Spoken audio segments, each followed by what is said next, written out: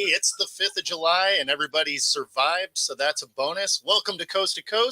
And, of course, I'm here with the Philly Sports Guy. We got Jay and StatGuy, who looks like a glowworm down there. What is happening? Oh, not much. How you guys doing? You have a good 4th? Mm-hmm. Mine was good. It wasn't too bad. I will tell you this: that there was a lot of fireworks. Gaston, help your sister!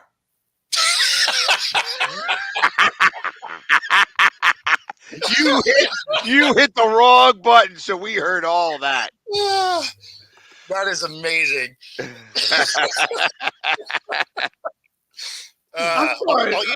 All you did was drop the camera, but you left your mic on. Did I? Yes, you did. That is awesome. Is Austin helping his sister? Is he helping his sister? Yes, he's very much helping his sister. Man, because I didn't know if that was you or Pags' girlfriend coming back to haunt him. Whoa. Just because I told you guys doesn't mean I need the world to know. Oh, my bad. I'm sorry. That was a Freudian slip. Yeah, that's it. Well, all right. So, yeah, that's a great way of starting it off. Let's go. Let's start it off with a bang and keep on going from here. Oh, on a brighter note, we got my boat in finally. Yeah, so what happened there? So I don't even know. So we went fishing Saturday. We were going to go fishing Saturday afternoon and then come back late Saturday night and then go out again Sunday morning. And in the process of going from Sheboygan to about 9-10 miles out into Lake Michigan, like towards the middle of the lake, my boat died. And it was full of gas, so it wasn't a gas leak. It was something electrical, and where we were, we had no cell phone service. So we were literally just chilling on a boat for 36 hours till we finally got cell phone service, and then Coast Guard came and got us off of our boat Sunday afternoon, and then we just got my boat back in yesterday. Wow. Gotcha. Oh, wow. I assume that you don't have any type of battery power radio to be able to talk. No, not on just a regular fishing boat, no. I bet you do moving forward.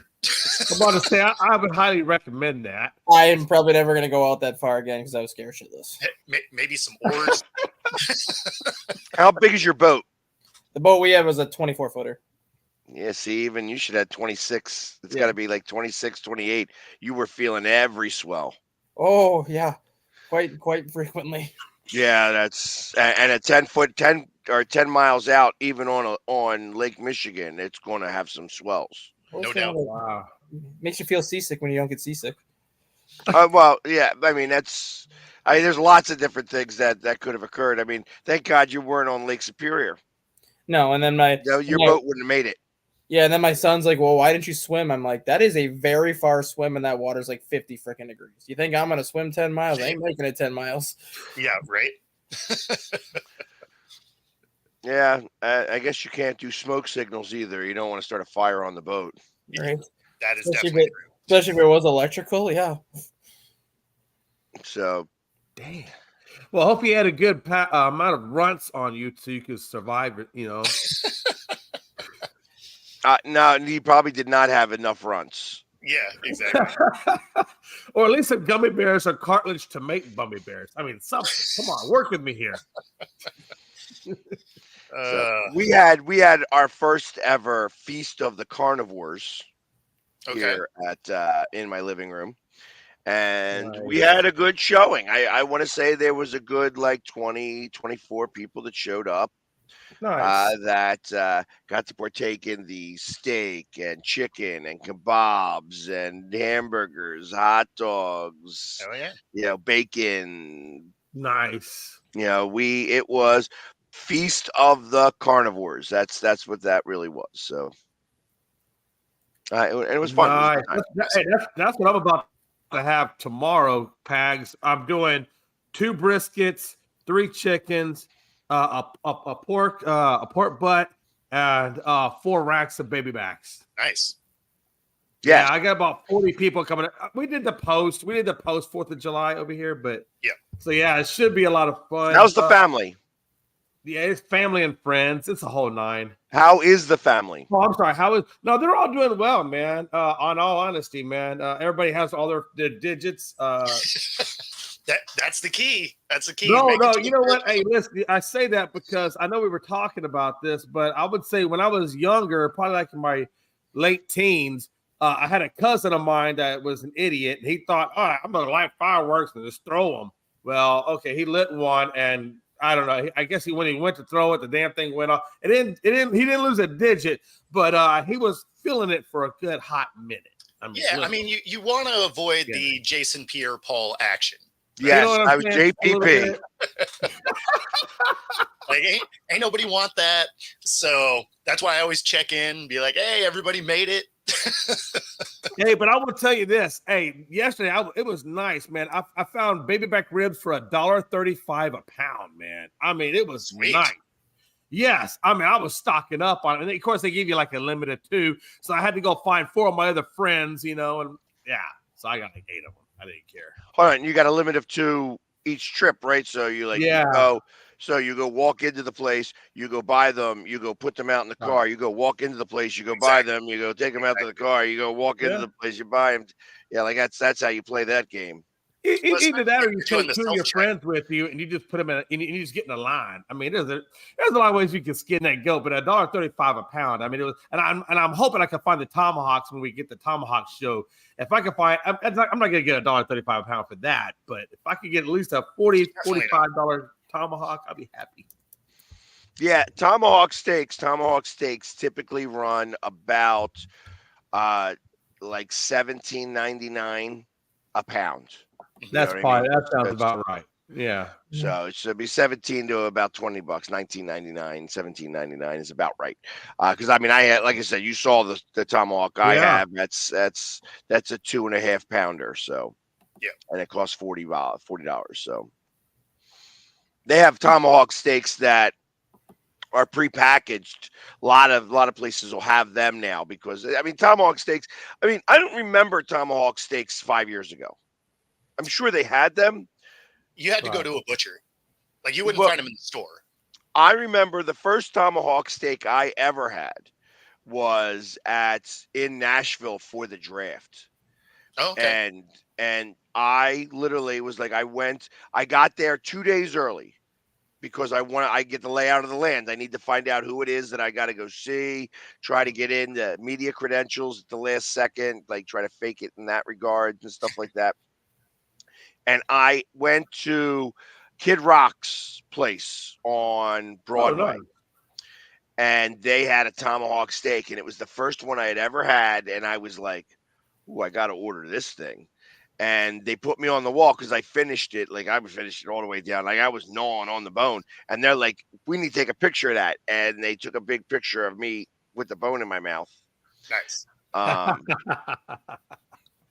And there was a place called Bull and the Bear. It's a restaurant called Bull and the Bear. About 5 years ago, Bull and the Bear. I think it's out there at Walt Disney World. I think it is out in Florida. That serves a tomahawk steak, and that was the first time I ever had it. And I ain't gonna lie, Pax, it was not cheap, man. That thing was like $100, man. And I couldn't believe it was that expensive, but I didn't know much about tomahawks back then either. But yeah, it was good, but damn.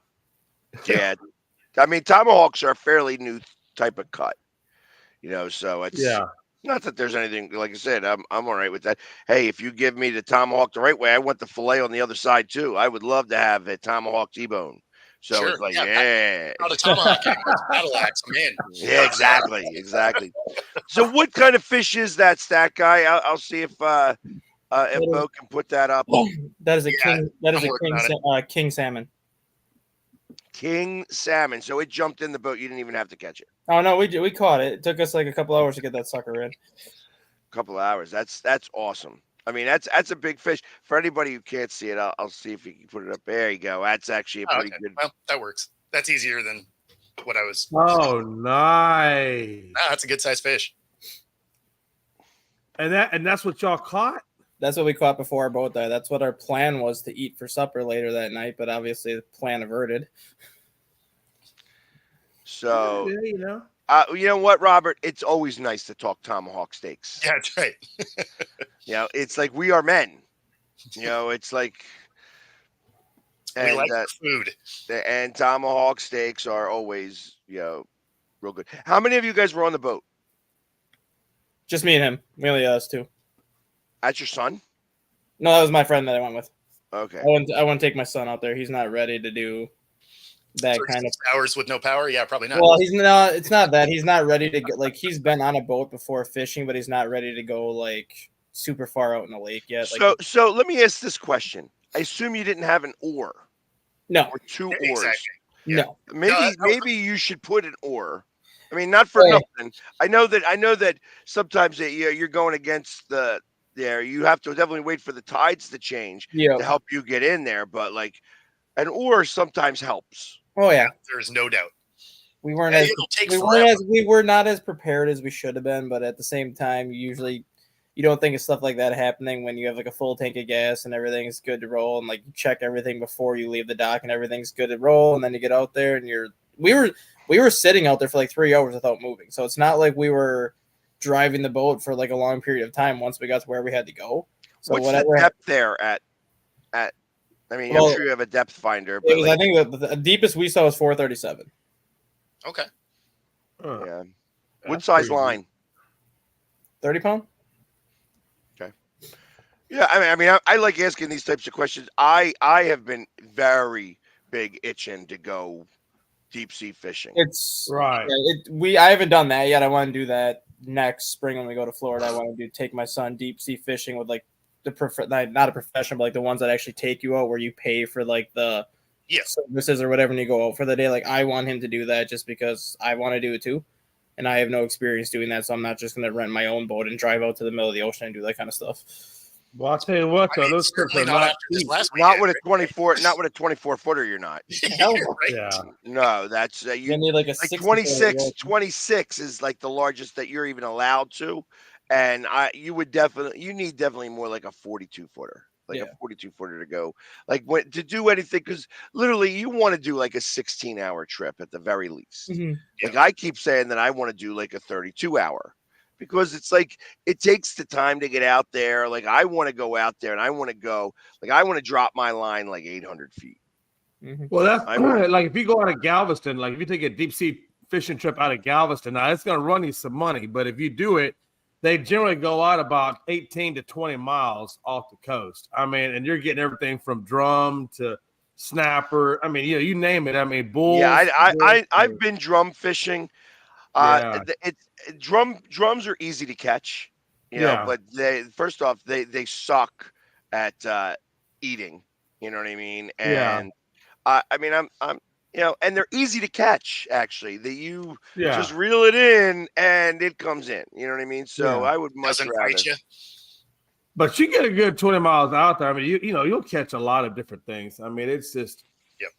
But you're right, Pags. I mean, it's close to about 18 to 20 hours that you go out, but you're spending probably $400 or $500 to do it. But it is a lot of fun. I mean, it really, and they have a little place you can go in there and you can eat and stuff inside the cabin. And Hey Rob, if you wanted to take me deep sea fishing as payment for the pizza, I would do that. I will accept deep sea fishing. Maybe we can get Bo to go. We wouldn't be able to do a show that day, obviously. Yeah, exactly. But I'll stay an extra day in Seattle, and instead of going to the Dodgers game, I'll leave on like that Tuesday or Wednesday. It'd probably be cheaper on a flight for me actually, and go deep sea fishing out on the West Coast. I wouldn't mind doing that. You know what? There's a piece of me that thought of maybe trying to get like on a 2-week excursion to go do the most dangerous catch. That would be a lot of fun. The deadliest catch of all the crabs. Yeah, it's not a lot of fun actually. It's a lot of fucking work. I know. I mean, I have two uncles that have fishing boats out in Florida that did nothing but that they were commercial fishermen. So I understand the process of it all. But for me, that kind of stuff is fun. I love that. I mean, I'm a Navy guy, so I get it. You know what I mean? Yeah. I could do. I mean, it's been a minute since I've spent that type of time on a ship, but I still would. Oh yeah. I still would love doing it. I mean, my living room is a den of tugboat guys. So there's a lot of tugboaters that come and drink here. So I get to see a lot of merchants that spend time and do that, but they don't go deep sea. We've been talking about doing a deep sea event here shortly, you know what I mean? But it's just a matter of getting the people, getting the money together, who's collecting the money, who's getting the boat and things like that. It's like you need 8 people, and it typically runs about $3,000. To go that out sounds there. about right. Like I said, it ain't cheap. That stuff runs you a little bit of cash. Pags, back in the day, we had minesweepers over off in Bahrain, and our captain would let us fish off the back of the ship. And it's not our Navy days. I mean, it's a small ship, Pags. I mean, right. Like it's the size of a tugboat, and we used to get barracudas and all kinds of just crazy fish. Yeah. Well, especially in warm water. So we weren't allowed to do that. I mean, we were 500 yards off the coast of Bahrain, but we were not allowed to do any of that type of stuff because the rods would actually give off, like when the sun hits it, would actually act as like a beacon where they could actually aim for. So that's at least that was what was told to us. So have you guys ever seen Wicked Tuna? I've seen the commercials for Wicked Tuna. So one of the guys that's on that show, I think it's TJ. He's like the bigger guy with the dreadlocks. When he's like not doing that show, he actually does like tuna fish tours where you can actually pay to go on his boat and he'll take you out. Where's that out of? Maine? The show itself is out of Gloucester, Massachusetts. And then they have a second season that's off the always Gloucester. And then it's in the Outer Banks in North Carolina also during the wintertime. So they have like 2 separate seasons, but like the season only goes for like 5 or 6 weeks, and then they got to stop the season. So then he's got like a 7-week window where he just takes people out on the boat and they can go to get the yellowfin tuna because that's the one that you can fish all year versus the bluefin. Oh, nice! Like the 6 on it. Bluefin's more expensive though. Bluefin they can get up to $38 a pound. Last season, one of the captains on that show caught like 112 inch 700-pound bluefin tuna that got $31 a pound.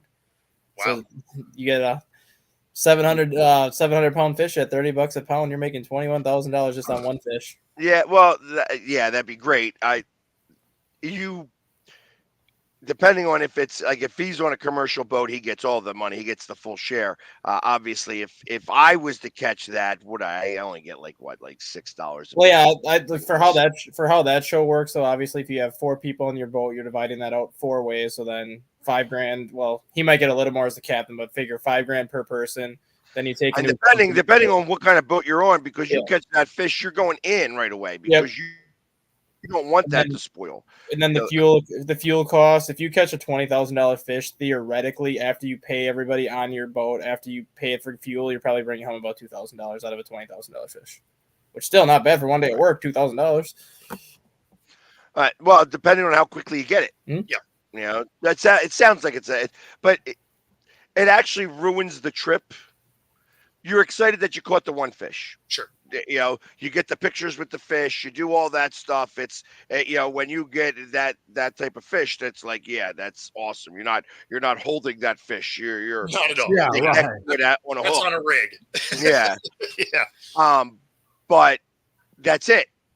Like, say you catch that in the first 4 hours, that's kind of what you want to do, because you don't want to stay. You don't want to be at the end of the 16-hour trip and catch that fish. Yeah, because most of the time it's like a 3-hour ride out to where they're gonna go.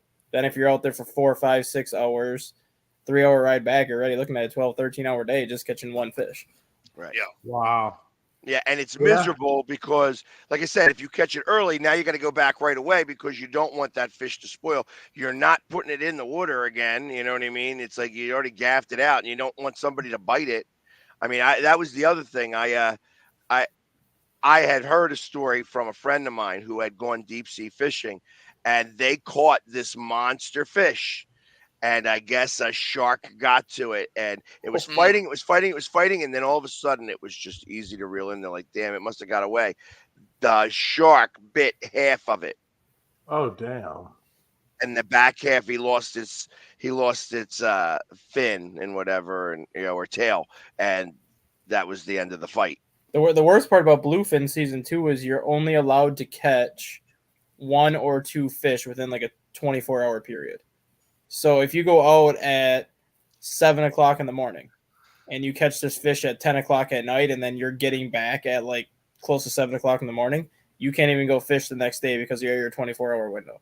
So then you got to sit a day. That's why you want to try to get one within the first 4 or 5 hours, because then you get back. You can go back out. You can return back and go right back out there. Yeah. No, that makes sense. So, and fishing is not like fishing in a barrel. Obviously, it takes like every time. Now, I grew up in a pond and that we stocked, so it was like fishing in a barrel for me. But every time that I have ever gone fishing, because I've gone fishing in a pond that had stocked fish, and I would get we stocked it with largemouth bass, sunnies, bluegills, like all these different things, and we had a lot of koi. Actually, we also did a koi farm, so nice. We were able to sell some koi on occasion. And koi can get very expensive if you get the right koi. It's like, and you think that it has to have this marvelous color and stuff like that. Like an orange koi, just a straight orange koi is really what they want. They want like really, really big goldfish almost. Yeah, basically. And that's what sells for the most amount of money. And we had a few of them that were just like monstrously gorgeous. Right. And then we also had snapping turtles in there, and like the biggest snapping turtle was every bit of like 80 years old. It had been in there from stories that I've heard from before. And it was like massive. So anytime it would get the bait, you could hook him because he would go after the food too. And next thing you know, it's like, oh damn, we got to cut the line, and and that hook would just dissolve in his mouth. He's old. It would just dissolve. I believe it. The acid in a turtle's mouth is amazing. I'm a big fan of snapper soup. I really wanted to play that game, but you got to know how to prepare that too. Huh. Yeah, that'd be interesting. I've never had Robert, I understand that big goldfish are called carp, but actually, I was giving the explanation of a koi fish that is straight orange is what really gives the most amount of money. They do not want black speckles or white speckles in it. They want it straight orange or like a gold. That's what it is. Goldfish came from carp itself because some of them would have a gold tinge to it. But koi, they want like large goldfish or carp, but it's a koi. Yeah. Different scenario. Yeah, they're talking color, not the shape of the fish. Correct. Just so that you understand that I do know what the hell I'm talking about there when I'm talking about fishing.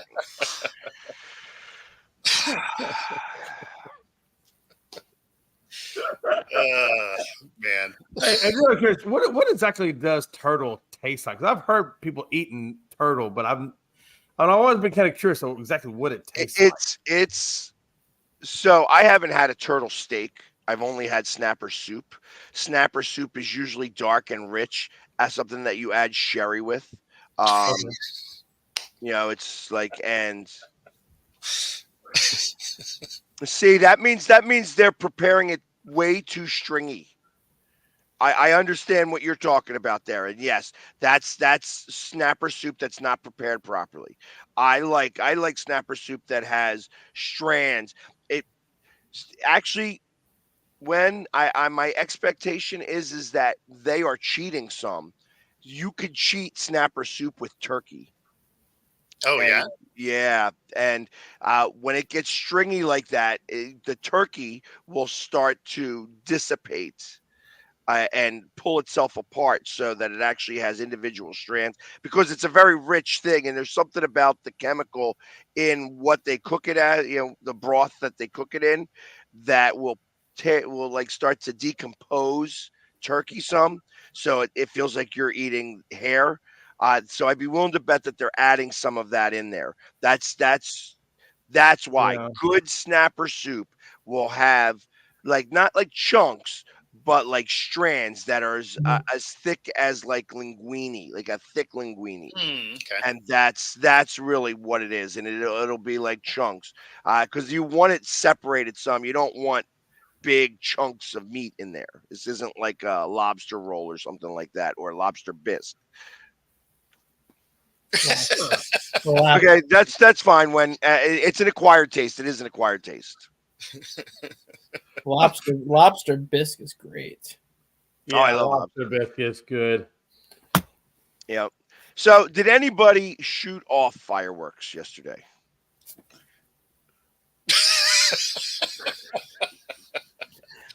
I didn't.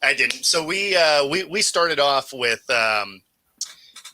we went to a car show first, and then went and grabbed some food, and watched a 4th of July parade. But then my wife started not feeling great, so we ended up just going home for the night, because we were actually supposed to go to a couple of parties, but we ended up tapping out early. Yeah, okay. We wound up watching some fireworks as well. I went and got me a cigar, some best made pickle beer, and we sat on the tailgate and watched our neighborhood fireworks. And it was a really nice fireworks show. I mean, they did it. I got to admit, they did a really, really good job. But I didn't buy fireworks. They're so expensive, Pags. Jeez, man, like $300 or $400 for some of these sets, and I was like, I'd rather just go watch them than. They're expensive. I can't believe how expensive they are. Literally lighting money on fire.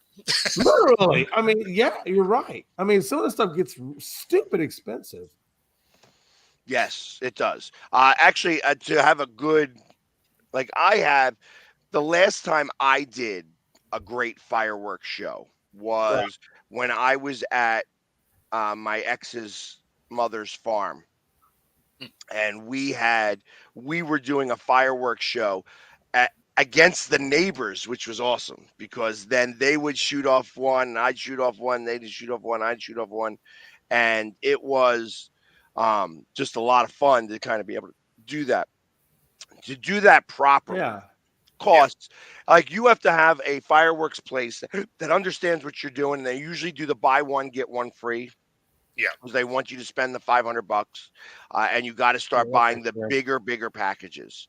And you're buying packages that are $40, $50.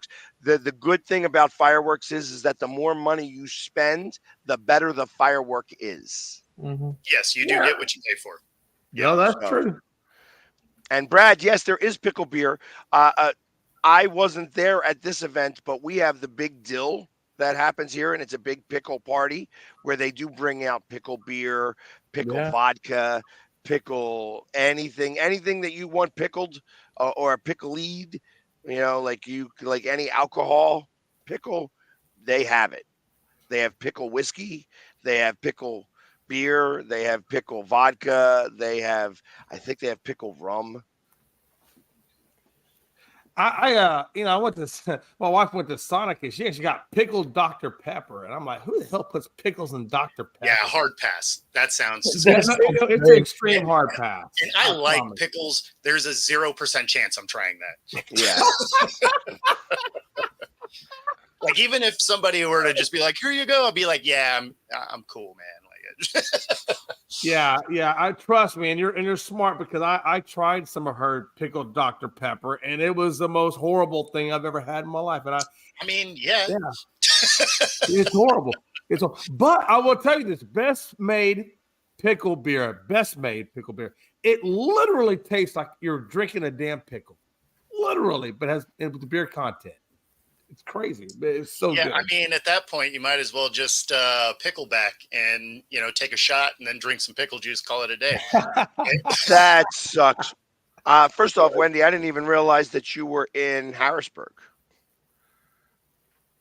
So I didn't realize you lived in Harrisburg. And wow, that is a bummer. Huh. Yeah, that sucks. Yeah, that I actually got to help light off a big show, like a city show. This was 20 years ago now, but that was actually pretty fun. You're out there with hard hats on because of the concussion, right? But the mortars are, you can get up to like a 16-inch mortar that they're doing at like a small city show. And man, does that put any of the things that you buy at a stand to shame, right? Because your mortars there are like, maybe this big or so. I go for the little bit bigger mortars. So Okay. I've seen. So I think the biggest that you could purchase legally here are 4-inch. Yeah, mortars. that sounds right. Yeah, that sounds right. Anything beyond 4-inch, when you get to 6-inch and stuff like that, it starts to get too much. So what they'll do is that they'll stack the 4-inch ones. Yeah. So that's a monster deal. You know what I mean? Like I don't know if anybody's ever saw that video where the one looks like it's bang bang and it's making like a ladder to climb up to something like that. That's a stacked one that goes very specific. Obviously, the Chinese know how to make fireworks really well. There's no doubt. There's no doubt. Yeah. So for you to be able to get those here, you're not doing like the neighborhood stands. Like you have to go to the reservations and stuff to get some of the bigger. I mean, unless you're doing a city show and then you can buy them commercially, obviously. But that was a ton of fun. It was a ton of fun lighting that stuff off. It was hilarious because everything you did, you were carrying a fire extinguisher with you. Yeah, I would imagine so. You're loading these things up and then you're just cruising along with a 5-pound. Because I mean, just the launch ends up lighting stuff. Can light stuff around the platforms. I love it when you have those types of mishaps where you have the entire show in 2.5 minutes. where auto fires, yeah, half-hour show, 2 minutes, and it's just one big ball of explosion.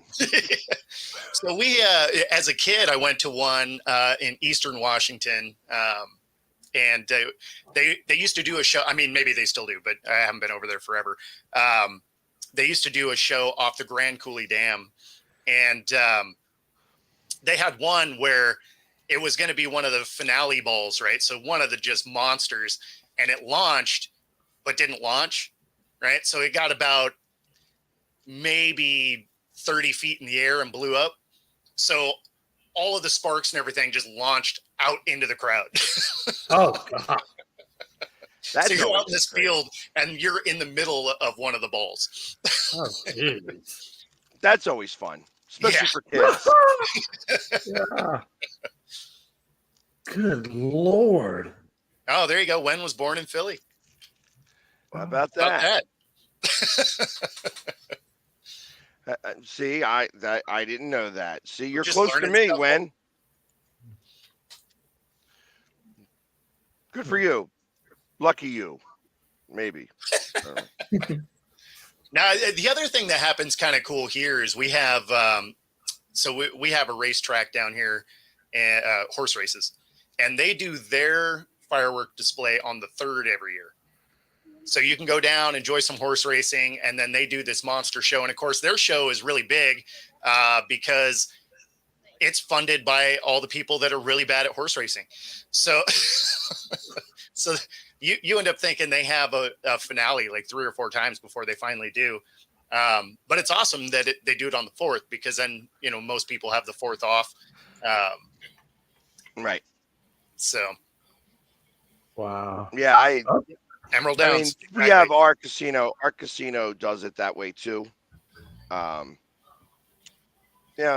I guess they like to do it on the 3rd, so because everybody else goes out on the 4th to do their own thing and stuff. Yep. Cool. Oh yeah. Yeah, no, I used to go to the one at the track all the time. Like that one was always fun. The only downside is it's in a spot where it takes you forever to get out of that parking lot. So usually what we'd end up doing is just kind of tailgating after the show because we knew we weren't going to move for an hour anyway. So we would just end up, hanging out and continuing the party until people started clearing out. Right. That's the way it works. And look at that. We're already at the bottom of the hour. That's right. Halfway point is here. We go. We might even talk about sports on the backside. Oh, maybe.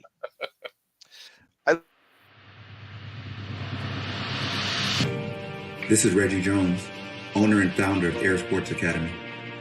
Air is based on 4 core principles: heart, education, integrity, resiliency. Air is about developing student athletes physically and mentally through training, mentorship, and effective marketing. We've created a platform and a blueprint for our state to shine in the brightest of lights. I created this program because it was a need for our state. We needed to have the light shine on the student athletes in our region, and now that is happening at an all-time and undeniable rate. We created a lane for the kids in our state to get their college education paid for and set their families up for future success. We created an environment where serious athletes can now come compete fearlessly. We've achieved this through our variety of elite programs. Our 6-month off-season program, where first-year starters or seasoned vets can all come develop. Our 5-on-5 program, which is all about our line. Our youth tackle program, which is the first and only youth tackle team from the state of Washington to ever win a major national championship. Our 7-on-7 program, which is ranked top 10 in the country every year. Our high school 11-on-11 club tackle program, which creates a unique and much-needed opportunity for our kids. Our college prep program, which allows our graduates to come back from college and prepare for the upcoming season. Our track and field program, which creates an opportunity for our young air boys and air girls to continue to get down. When you're a national program, you receive national respect, which is why when you look at recruiting boards and top player lists from around the country, you'll always find players from Air on those lists. Which is why college coaches from some of the most prestigious schools around the country come into our facility to recruit our players. The Penn State, Alabama, Oregon, Stanford, Florida State, the list goes on. Our players are being recruited, offered, and committing to some of the top schools in the nation. The experience our players and families receive is second to none. We offer a competitive brand of sports at Air. We are the ball. And with that comes great responsibility. Heavy is the head that wears the crown. And Rob, you're right. I believe the first time I went there was actually with you, Vic, and Nicole. So, but yeah, I ended up going there probably 4 or 5 years in a row. Nice. Yeah. So I guess on the sports front, Jamarcus Russell ends up, he's an assistant or was an assistant coach at his high school growing up, steals a $74,000 donor check, deposit it in his account, immediately withdraws $55,000 of it, and then admitted to it, but said he didn't feel like he did anything wrong. Yeah. Okay. That's about right. I mean, I've been doing stuff wrong apparently. Yeah, I mean, I just think about that. I just hey, you, good for you, Jamarcus. I mean, I'm sure that they didn't care about that money even a little bit, and I'm sure that it was better in your pocket than in theirs. Yeah. So goes from one of the biggest busts in the NFL, which that happens, to clearly being a bust in life in general. Needless to say, he did get fired. Did he say what he used that money for? Is the next question. Well, this is still a developing story, so we don't know what he used it on yet. All we know is he withdrew the money. This happened earlier in the week, so tough to say. But I mean, damn, man. I mean, what the hell? Well, and he earned like 32 mil, so it's not like he should. Where the hell did all that money go? Clearly gone if you're stealing 74K from a school. Yeah, I mean, this happened like a week ago or so. Yeah, it was a donation to my bank account. Yeah, pretty much. Dang. Payoff gambling. That's entirely possible. Tough to say, but I haven't seen what he actually put the money on yet. And I'm trying to figure out exactly like here if he says it here. He put the money on who was going to be a bigger bust than he was. Either that or he put money on Joey Chestnut and found out Joey Chestnut wasn't there and lost his money. I mean, what else? I mean, really possible. I mean, stealing from the school, that's rough. That's rough. I mean, stealing in general is rough. But yeah, you're right. We put a school in there on top of all that. Well, I mean, how many high schools do you know of that are actually adequately funded high schools? No, none of them. Well, and this is in Alabama. So, I mean, this is in Mobile, Alabama, I figure, right? It is. Yeah. Yeah. So, I mean, they need their donors because that's what it is. The reason why Alabama is so good is because they have a good support system moving up the ranks, because that's what makes things good. Like when we in Ridley, back when I was able to play football in the peewees and 80s, 100s, 120s, and then into middle school and stuff like that, there was a lot of investment into the kids, so that actually came out at the high school level. So at the time when I was in high school, we had not lost a game in like 9 years. So we had like this ridiculous, like I think it was like a 96 game winning streak. That is crazy. And our first loss was against a team whose kids played in our system because they lived close enough. And ultimately, they made us close the system down for a little while. We got suspended from play because we were taking kids that should have been in Springfield, but they were coming to Folsom because they lived closer to Folsom and they knew the program was better. So it was like, okay, these kids are going to go over here. And I mean, the one kid was, the few kids that came over were great players in general. Sure. So it helped that they were 25. Like, it's fine. And the funny thing is, that's not even frowned upon anymore, because now you have that open enrollment thing where you can enroll into any school district that you want now. Yeah, I mean, I didn't go to my home school. Not in the state of Pennsylvania. You can't do that in Pennsylvania? No. You can get a scholarship to go to that school, but you cannot just go. And most of the time, like, the schools now that are doing this are private schools, so they're giving scholarships to these students. Yeah, exactly. Yeah, I mean, here in Washington, you just have to apply to go to a school other than your home school. I was able to do it, but wasn't football related. But even in Texas, I mean, you can kind of do that. So my home school didn't really want me there. Oh, Lord.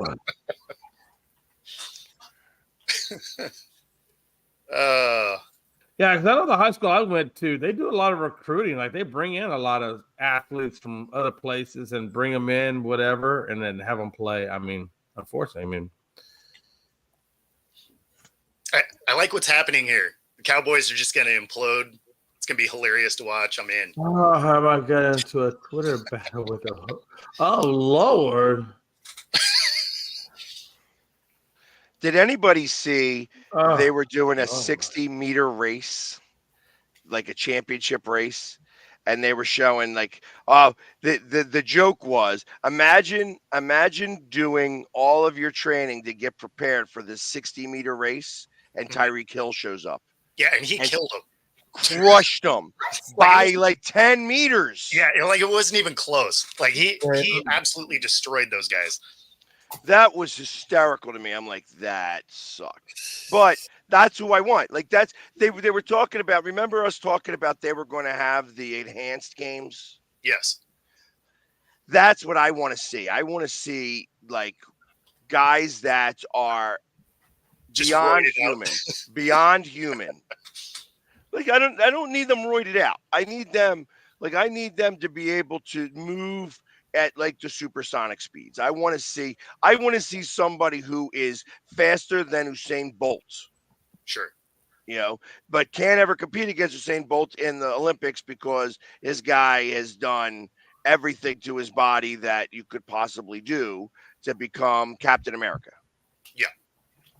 I mean, that's when baseball was good. Hey, listen, I get it. They were just ripping the cover off the ball like that. we should get back to that era. I wasn't mad at it. And it's funny because people lose their mind. They're like, oh, there should be an asterisk and whatever.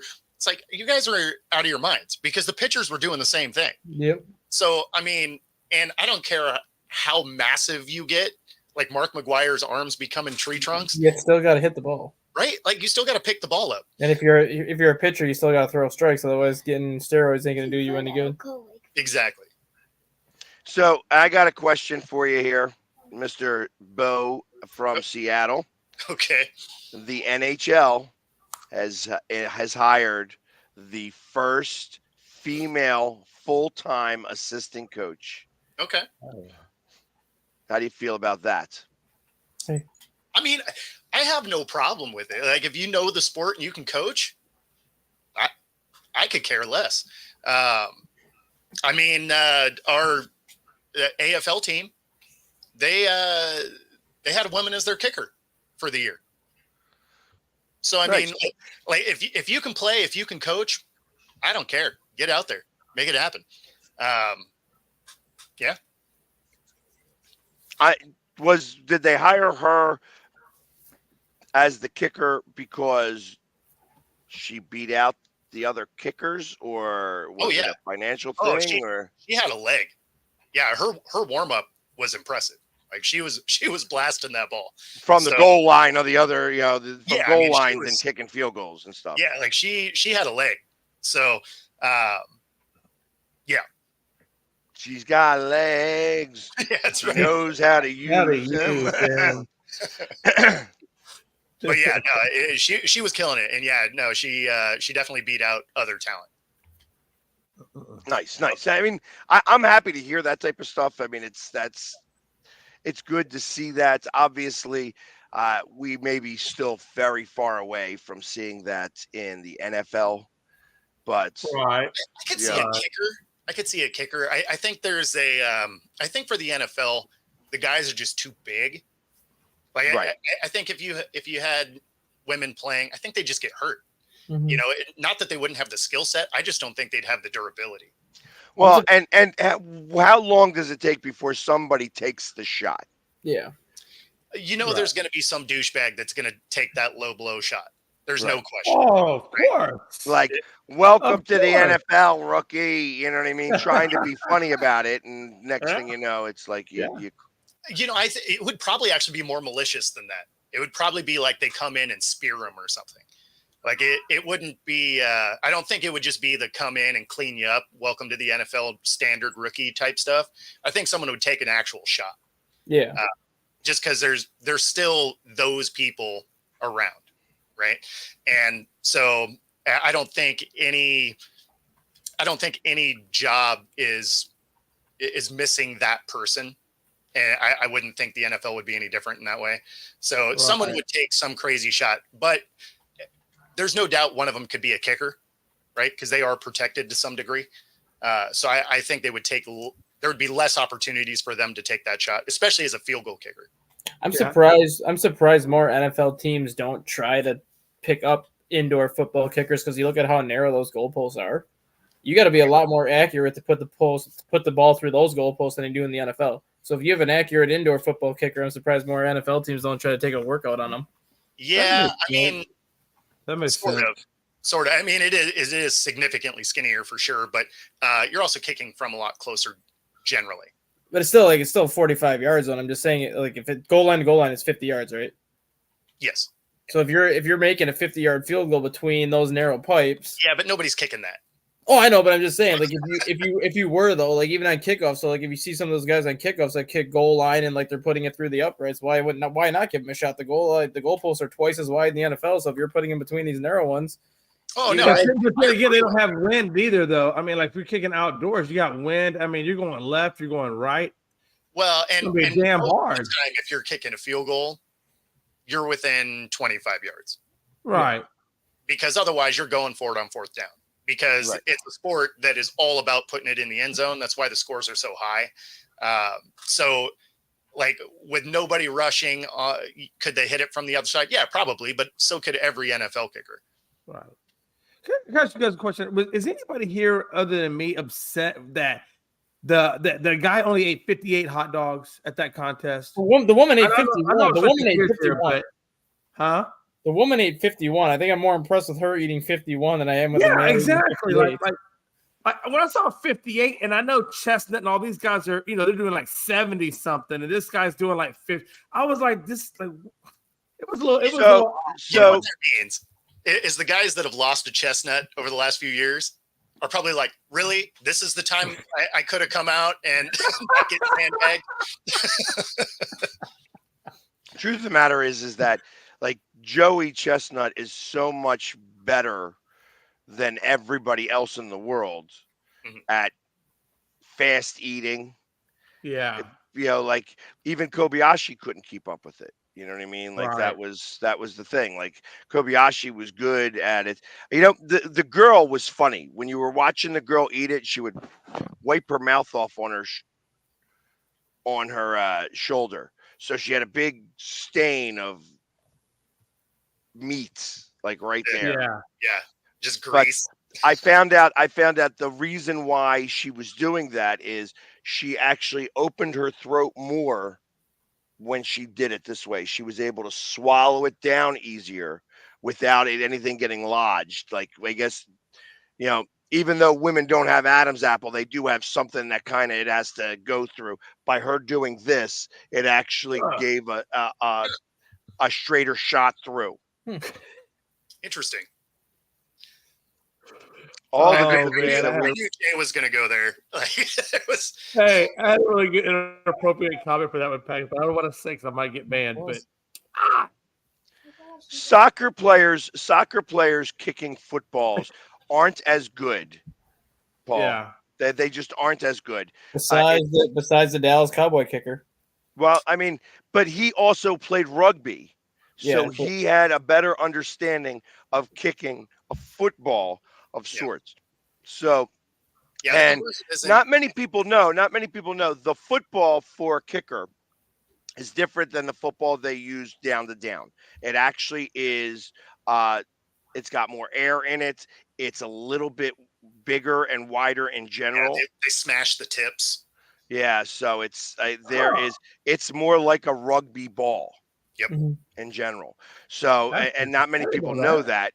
You get each team brings their own balls, by the way. That's why Deflategate was even a thing in the first place. And you are able to it's I think 10 footballs and 2 kicking balls. Everybody brings a dozen footballs. Yep. And that's legal. That's the rule. Yeah, it's because you're allowed to scuff the ball. Like you have to take a sticker ball brand new out of the package, and then you have a certain amount of time to do whatever it is you want to it, and then you have to present them to the NFL. Here's the other thing that I find very, very interesting, that every field has got to be at game time, or like when they test it an hour before game time, at 67 degrees. The field temperature? Field temperature, not the playing surface, but they got to stick it in, and it's got to be 67 degrees. So like they put a meat thermometer into the ground, and it's got to be at 67 degrees. Obviously, in the snow and stuff like that, it's much harder to do that, but that there is a rule about that actually. So crazy. What's the? Do you know what the theory is behind why they do that? So that every location that you're playing at is the same. Okay. That's really the thought process and the purpose of that. But there's a lot of funny rules in the NFL that never get spoken about. And then every once in a while you see somebody do it and then everybody copies it because then now they know the rule. You know what I mean? Like that 1 foot out of bounds and touching the ball, making it out of bounds is like nobody knew that rule until somebody actually exploited that rule. Yep. And that's what happens. Somebody finally exploits it, and then it, But is there any specific reason why they chose 67 degrees versus? I'm saying 67. It's got to be like, I think it's got to be like 65 to 75 degrees. I think it's got to be. I'm sure there's a range. Yeah, it's like I'm saying 67 degrees as whatever, but they have to obviously because sometimes there's snow. Well, If you're reading the temperature of the field and there's snow on the ground, it's going to say 32 degrees. Yeah. Right. So you got to do the, like they said, the stick in there. And I think it's got to go in, like in Lambeau Field, which is probably one of the hardest ones to achieve that. There may be a spot that they use that they heat. Yeah. Well, that's what I was going to say is I'm sure that they have to have some sort of heated area to try and achieve. Yeah, because it's not, like I said, it's not a meat thermometer, but it's that thought process. I think it winds up going in like 18 inches into the ground. So that makes a lot more sense rather than, but even in Green Bay, that's got to be difficult to achieve. So at that point, you're probably going through your drain surface. Yeah. You know what I mean? Because all these fields have unique drain surfaces that, like, the water will permeate through and then escape out. Yeah, yeah. I mean, drain fields essentially. Yeah. That's interesting. Only talk, no game. Okay. That is correct. We don't play today. Our team is not playing today. Yeah, I feel like we're all too old to suit up anymore. And that weirdly gets us to the top of the hour anyway. So, whatever you are going to go play today. I actually am thinking about getting some pickleballs and playing some pickleball today. I got you. In my backyard. So we're going to take up 4 parking spots and set up a little pickleball. Yeah, we're gonna bust out the cornhole and probably do some paddleboarding. So I love a good game of cornhole. Absolutely. We have the cornhole already set, and I have my cornhole bags. I haven't even brought them out yet because they can't mess with the master. Right on. Well, thank you for everybody that's tuning in. Be sure to like and subscribe if you're watching on YouTube. That helps us bring more content to you. If you're on Roku, stay tuned for the next hour. Other than that, we will see you all next week.